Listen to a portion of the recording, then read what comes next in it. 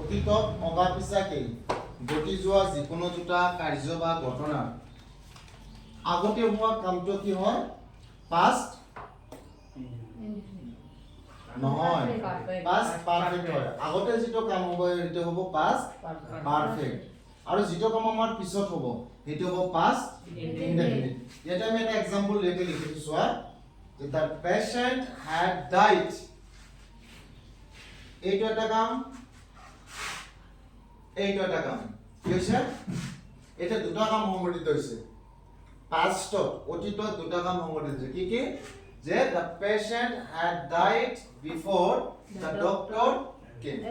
এই দুটা কাম কি হৈছে এইটো আগত না the patient had died ৰোগীজন মৰিছে before the doctor came ডক্টৰজন অহাৰ আগত তেনেহলে এই দুটা কামৰ কোনটো কাম আগত হৈছে The patient had died মানে ৰোগীজন মৰা কামটো আগত হৈছে গতিকে এইটো past perfect হ'ব আৰু ৰোগীজন ডক্টৰ অহা কামটো যেটো পিছত হৈছে গতিকে এইটো past indefinite হ'ব সেম ইয়াতে আমি যেনেকৈ before yet after চোৱা এতিয়া after আৰু before থকা সেন্টেন্স বিলাকক আমি বুজিব লাগিব যে যিবিলাক সেন্টেন্সত সাধাৰণতে ঠিক আছে এটো কমন সেন্সত বুজিব লাগিব যে যিবিলাক সেন্টেন্সত কি আছে আফটাৰ আছে আৰু বিফোৰ আছে তেতিয়াহলে হি সেন্টেন্স বিলাক কি হ'ব যদি টেন্স কাৰেকচন কৰো টেন্স কাৰেকচন কৰিব তেতিয়াহলে যে আফটাৰ আৰু বিফোৰ থকা সেন্টেন্স বিলাকৰ এটা পাষ্ট পাৰফেক্ট আনটো পাষ্ট ইনডেফিনিট হ'ব এটা পাষ্ট পাৰফেক্ট আনটো পাষ্ট ইনডেফিনিট মন থাকিব যে আফটাৰ আৰু বিফোৰ থকা সেন্টেন্স বিলাকৰ এটা past perfect হ'ব আনটো past indefinite হ'ব এতিয়া কোনটো past indefinite কোনটো past perfect হ'ব আমি সহজভাৱে এটো বুজিব লাগে যে before যদি আছে কি আছে before যদি আছে before ৰ আগৰ অংগটো আমি past perfect ত লিখিম আৰু before ৰ পিছৰ অংগটো কি লিখিম past indefinite ত লিখিম এই যেনে কোৱা যদি আফটাৰ থাকে আফটাৰৰ আগৰ অংশটো পাষ্ট ইনডেফিনিট আৰু আফটাৰৰ পিছৰ অংশটো পাষ্ট পাৰফেক্ট এইটো যদি আমি ফৰ্মুলা হিচাপত লিখো এনেকৈ লিখিব পাৰো কেনেকৈ যদি আমি ফৰ্মুলা হিচাপত লিখো যে past perfect plus past indefinite before plus past indefinite past indefinite বুঝে না সেম যেনে কইটো আমি যদি ব্লেক একটা एग्जांपल দেও past the indefinite train কি হবো had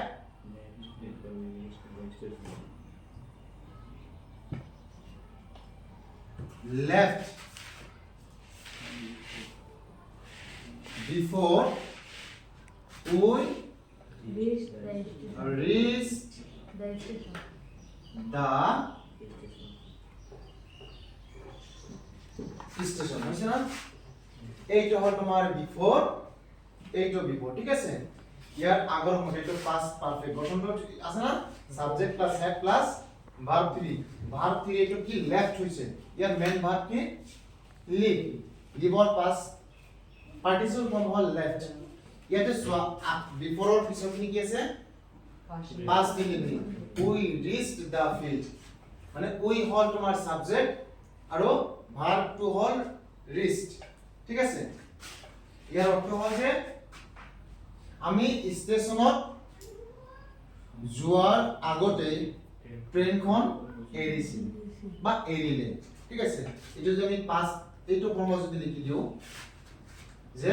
আফটাৰ টকাটো গতিকে আমি এটা কি লিখিম past indefinite plus after plus after এটা কি লিখিব লাগিব after তার পিছত কি লিখিম past perfect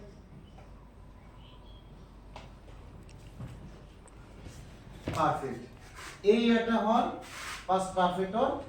আর এইটো past indefinite ঠিক আছে আমি যদি সেম সেন্টেন্সটো এতিয়া লিখি দিওঁ কি লিখিম দা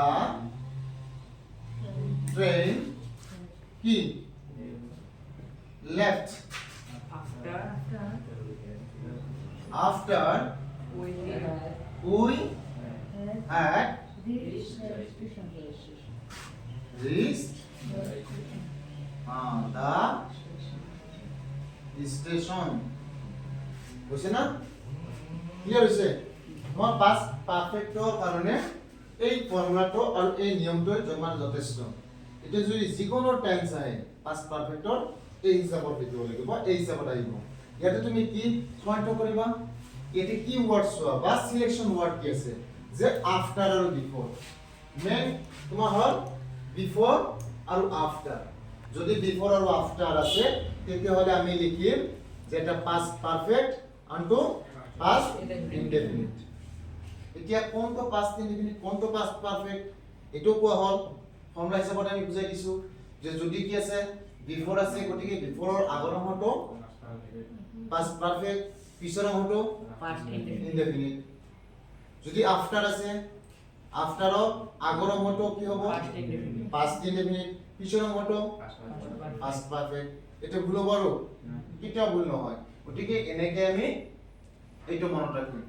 হৈছে ক্লিয়াৰ এতিয়া হোমৱৰ্ক ঠিক আছে এতিয়া বন্ধ কৰা